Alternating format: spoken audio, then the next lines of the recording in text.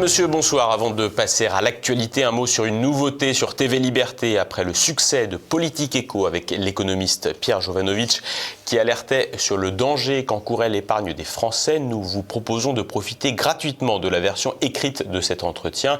Alors pour obtenir le verbatim de l'émission par courrier électronique, cliquez sur le lien dans le descriptif juste en dessous de cette vidéo et renseignez les quelques informations pour recevoir automatiquement votre document.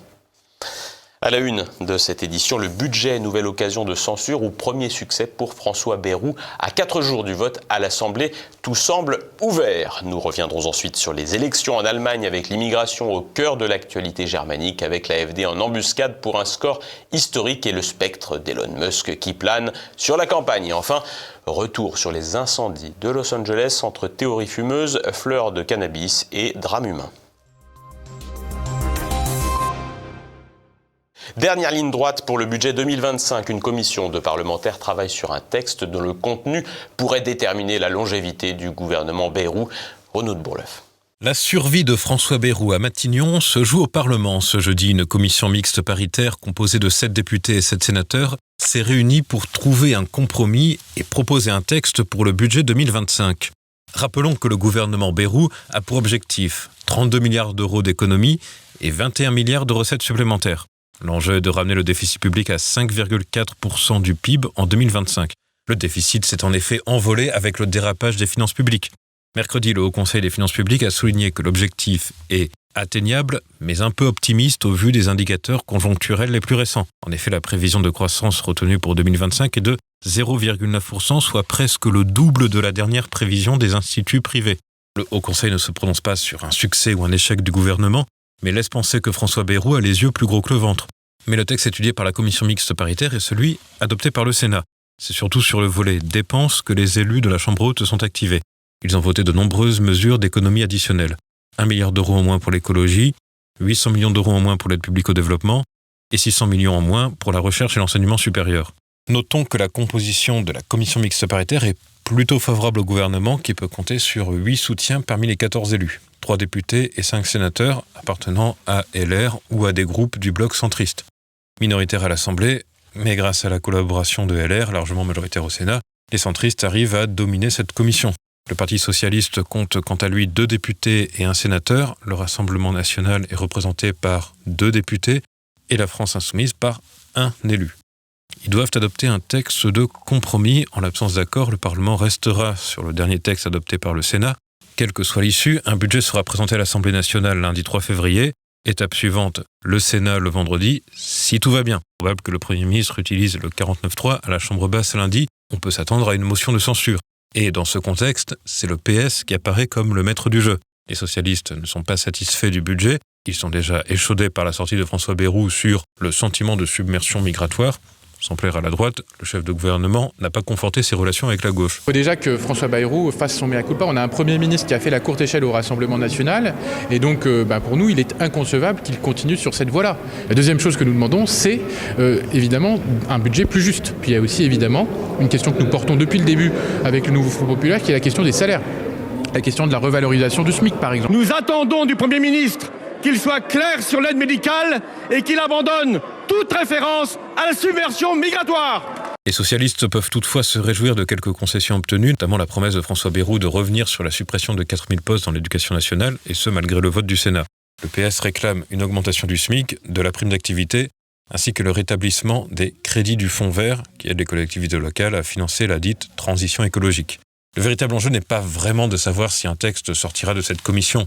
Avant la réunion, l'un des membres, le député LFI et président de la commission des finances, Éric Coquerel, affirmait qu'il n'y avait pas vraiment de suspense. Je ne souhaite pas que ce budget passe, mais à la CMP, il va sûrement passer. Je vous explique parce que, grossièrement, la répartition... La droite et le bloc central sont majoritaires. Ouais, ils sont à 8 contre 6. Voilà, donc théoriquement... Le vrai sujet est plutôt, le compromis contentera-t-il les socialistes, jusque-là brossé dans le sens du poil par François Bayrou. Le Premier ministre n'a peut-être plus que quelques jours à passer à Matignon. Tremblement de terre en Allemagne, une motion anti-immigration a été votée avec les voix des chrétiens démocrates de la CDU et des nationalistes de l'AfD, et cela à quelques semaines des prochaines élections législatives. Le décryptage de la situation par Nicolas de Lamberterie.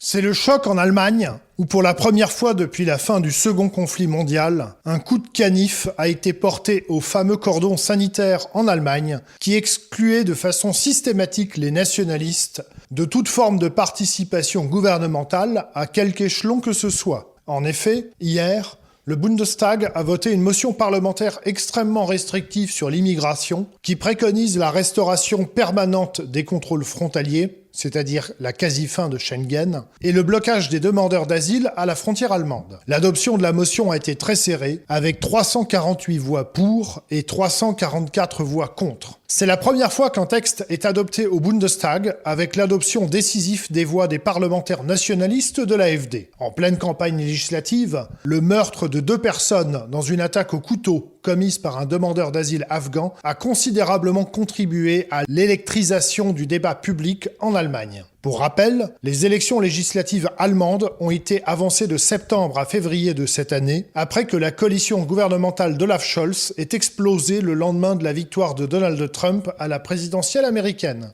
Mais le scénario, qui semblait écrit par avance d'une large victoire de la CDU, qui gouvernerait avec comme alliés minoritaires les sociaux-démocrates de l'actuel chancelier Olaf Scholz, est peut-être sur le point de dérailler.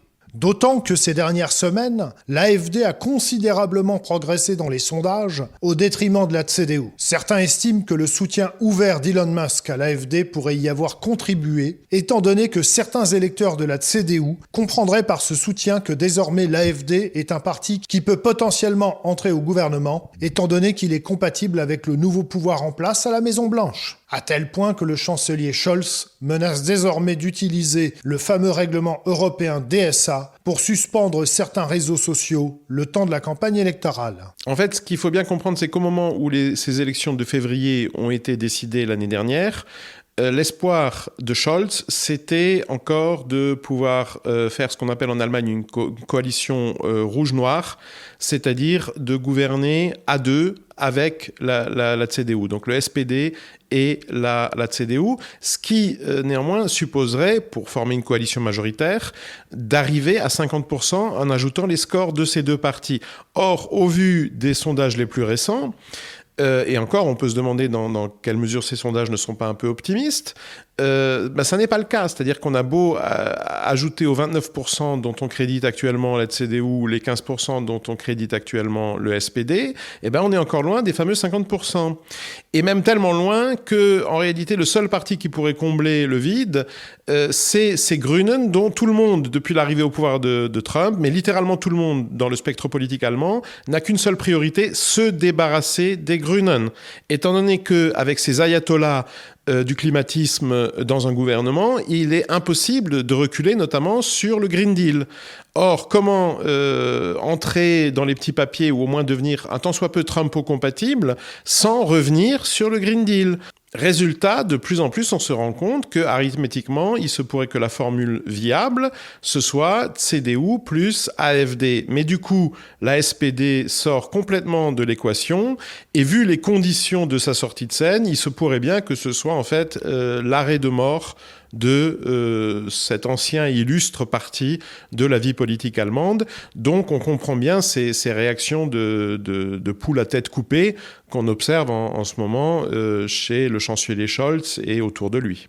La route menant à une participation gouvernementale de l'AfD reste encore toutefois très hypothétique, même s'il est certain que le vote parlementaire d'hier ne sera pas sans conséquences. En effet, le SPD a annoncé que tant que la CDU ne renonçait pas à cette politique anti-immigration, elle refuserait d'entrer dans un futur gouvernement avec la CDU. Même Angela Merkel, l'ancienne chancelière, a jugé utile de sortir de sa retraite et de son silence politique pour fustiger Friedrich Merz, le chef de file de la CDU et probable futur chancelier. À 3 semaines des législatives, tout semble donc encore ouvert pour une élection allemande, décidément pas comme les autres.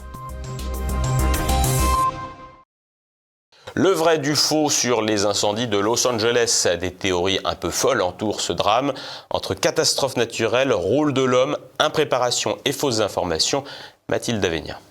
Les incendies de Los Angeles enflamment Internet. À côté des dramatiques feux qui se sont emparés de la célèbre ville de la côte ouest des États-Unis, des théories alternatives alimentent un climat de méfiance et de confusion sur les causes du drame. Sur les réseaux sociaux, de nombreux comptes ont relayé des informations inquiétantes, notamment sur X et TikTok. Parmi eux, Alex Jones, célèbre figure des théories dites du complot aux États-Unis, qui a affirmé que les pompiers de Los Angeles manquaient cruellement de moyens, étayant son propos par le fait que ceux-ci se seraient retrouvés à utiliser des sacs à main pour lutter contre les flammes, une affirmation rapidement démentie par le département des pompiers de Los Angeles, qui a précisé que les sacs en question étaient des équipements standards utilisés dans la lutte contre les incendies. Le fameux panneau Hollywood, symbolique de la ville, a aussi été au cœur de ces spéculations. Des images diffusées sur les réseaux sociaux montraient des lettres du panneau piégé par les flammes. Cependant, il a rapidement été prouvé que ces photos étaient générées par l'intelligence artificielle et des habitants ont partagé des photos réelles montrant le panneau intact. Si les fausses informations ont fleuri sur les réseaux, des éléments plus rationnels permettent d'expliquer les incendies. À Los Angeles et dans sa région, beaucoup de maisons ont été construites sur des terrains désertiques, rendant ces zones particulièrement vulnérables aux incendies. Renaud Bochard, avocat et chroniqueur français vivant aux États-Unis, a commenté la situation dans la matinale pour le média alternatif Toxin. Selon lui, la Californie fait face à une crise d'infrastructure. Il ajoute que la chef des pompiers a préféré l'inclusion au détriment de l'efficacité et des compétences au sein du Fire Department. Ce manque d'investissement dans les compétences a conduit à une gestion défaillante, aggravant la propagation des incendies. Ce phénomène a été confirmé par plusieurs témoignages, selon lesquels, sans des conditions de vent favorables,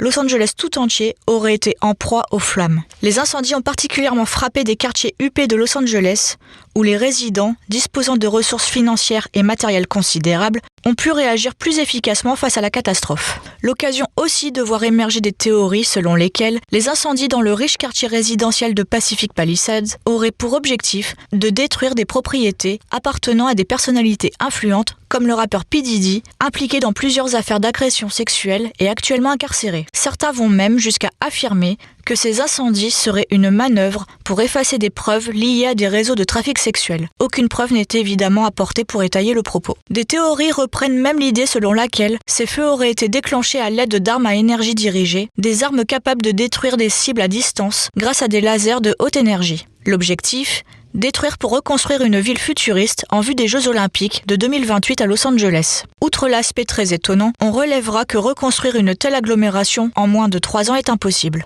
De son côté, moins d'un mois avant son investiture, Donald Trump a dénoncé la gestion des incendies par les autorités démocrates. Il a critiqué l'incapacité du gouverneur Gavin Newsom à gérer la crise, notamment en ce qui concerne la gestion de l'eau. Dans un message sur son réseau Truth Social, Donald Trump a accusé les démocrates d'avoir détourné l'eau pour sauver des poissons, au détriment de la sécurité des habitants. Gavin Newsom a en effet refusé de signer la Water Restoration Declaration. Cette mesure risquait de mettre en danger les poissons locaux. Parallèlement, des experts de l'Agence californienne de protection des poissons et de la faune sauvage, Department of Fish and Wildlife, ont souligné que la politique actuelle d'irrigation massive des champs de cannabis, en particulier dans le nord de la Californie, aggrave la situation. Les champs de cannabis ont besoin chaque jour de centaines de milliers de litres d'eau, détournant ainsi les ressources essentielles pour les populations humaines et la faune locale, comme le saumon coho déjà menacé. La cause des incendies pourrait probablement être d'origine humaine dans certains secteurs, comme l'a évoqué le journal de sensibilité démocrate Los Angeles Times. Une hypothèse pas absurde, puisque la majorité des incendies sont d'origine humaine. En France, cela explique 90% des départs de feu. Reste que l'origine humaine n'atteste pas d'une intention criminelle. Mais au pays d'Hollywood, le scénario est plus vendeur. Ainsi, de nombreux internautes américains s'étonnent de résiliation d'assurance avant le déclenchement des feux. Plusieurs maisons à Malibu et à Pacific Palisades n'étant même pas assurées en raison du coût exorbitant des primes d'assurance. Selon le dernier bilan, 28 morts ont été recensés dans les feux qui ont frappé la Californie depuis le 7 janvier. Près de 16 000 habitations ont été détruites ou endommagées. Selon les responsables du comté de Los Angeles, 180 000 personnes ont reçu l'ordre d'évacuer et les dégâts matériels peuvent s'élever à plus de 150 milliards de dollars. Peu glorieux pour l'oncle Sam, les États-Unis, première puissance mondiale, ont dû demander une aide internationale, notamment du Canada et du Mexique, pour faire face à cette crise. Plus de 20 jours après le début des incendies, des foyers étaient encore actifs, menaçant toujours des habitations. Et passons à présent à l'actualité en bref en France. L'économie française régresse. D'après les données de l'INSEE publiées mercredi, le produit intérieur brut, le PIB, a reculé de 0,1% au quatrième trimestre 2024, alors qu'il avait progressé de 0,4% au trimestre précédent. L'INSEE prévoyait initialement une croissance nulle, mais le contre-coup des Jeux Olympiques de Paris a pesé sur l'économie. Une perspective inquiétante alors que, pour ce dernier trimestre 2024, le nombre de chômeurs inscrits à France Travail a augmenté de 3,9%. Cela fait plus de 10 ans, hors Covid, qu'il n'y a pas eu de telle montée du nombre de personnes sans activité. Les associations LGBT redéfinissent la science avec la complicité de l'Ordre des médecins. Un docteur ayant refusé d'examiner un homme ayant changé de sexe pour avoir l'apparence d'une femme a été condamné par l'Ordre des médecins à 6 mois d'interdiction d'exercer la médecine, dont un ferme, selon une information du journal régional La République des Pyrénées publiée le 28 janvier. Les faits remontent à août 2023. Le docteur s'était déclaré incompétent sur le cas d'un homme devenu femme, renvoyant le patient vers des spécialistes à Bordeaux ou à Toulouse. Pas franchement conservateur, le docteur s'est justifié en affirmant avoir aidé beaucoup de patientes homosexuelles à avoir un enfant, une défense qui ne l'a pas franchement sauvé, mais qui lui permettra de faire l'unanimité contre lui. Pas de submersion migratoire, mais plus de cours d'EPS non plus. Dans le 16e arrondissement de Paris, un gymnase a été réquisitionné le 24 janvier et ses élèves évacués manu militari pour faire place nette afin d'accueillir des migrants. L'établissement scolaire n'a pas été prévenu au préalable, ni d'ailleurs le maire Les Républicains de l'arrondissement, Jérémy Redley. Les élèves ont donc été remplacés dans le gymnase par 200 étrangers. Probablement une partie méconnue de l'héritage olympique voulu par Emmanuel Macron. Un accident impressionnant qui ne tourne pas au drame. Entre Lyon et Saint-Symphorien-sur-Coise, sur une route départementale, un car scolaire s'est inexplicablement renversé et a terminé dans un fossé se retrouvant à l'envers mercredi. 4 adolescents et un adulte ont été légèrement blessés et les 80 secouristes mobilisés n'ont pas eu à déplorer de victimes plus gravement touchées. Les tests d'alcoolémie et de toxicologie du chauffeur seraient négatifs et celui-ci n'aurait pas non plus conduit en excès de vitesse. L'actualité internationale en bref. Le nouveau pouvoir syrien assoit son autorité. Mercredi, la constitution du pays, datant de 2012, a été suspendue et les groupes armés officiellement dissous, tout comme l'ancienne armée syrienne. Ahmed al-Shara, chef du groupe islamiste Hayat Tahrir al-Sham, a été désigné président pour la transition. Le parti Baas, celui du clan Assad, a été dissous également, tout comme le Parlement. Ahmed al-Shara, également connu sous le nom de Abu Mohamed al-Joulani, est chargé de former un conseil législatif intérimaire. Accident d'avion mortel à Washington. Un avion de ligne d'une filiale d'American Airlines est entré en collision avec un hélicoptère militaire dans la nuit de mercredi à jeudi dans le fleuve Potomac de la capitale administrative du pays. L'hélicoptère transportait 3 militaires et l'avion 60 passagers, dont des patineurs américains et russes. Selon le ministère de la Défense, l'hélicoptère effectuait un vol d'entraînement. 28 corps ont été retrouvés pour aucun survivant. Les opérations de recherche et de secours sont en cours dans des eaux glaciales et boueuses, rendant les recherches difficiles pour les secouristes et les plongeurs. Donald Trump a estimé sur son réseau social que l'accident aurait pu être évité, affirmant que l'avion était sur une trajectoire parfaite et que l'hélicoptère, malgré des conditions claires et des lumières visibles, n'a pas réagi de manière adéquate pour éviter la collision. États-Unis toujours avec la condamnation mercredi du démocrate Robert Menendez, ancien sénateur américain du New Jersey.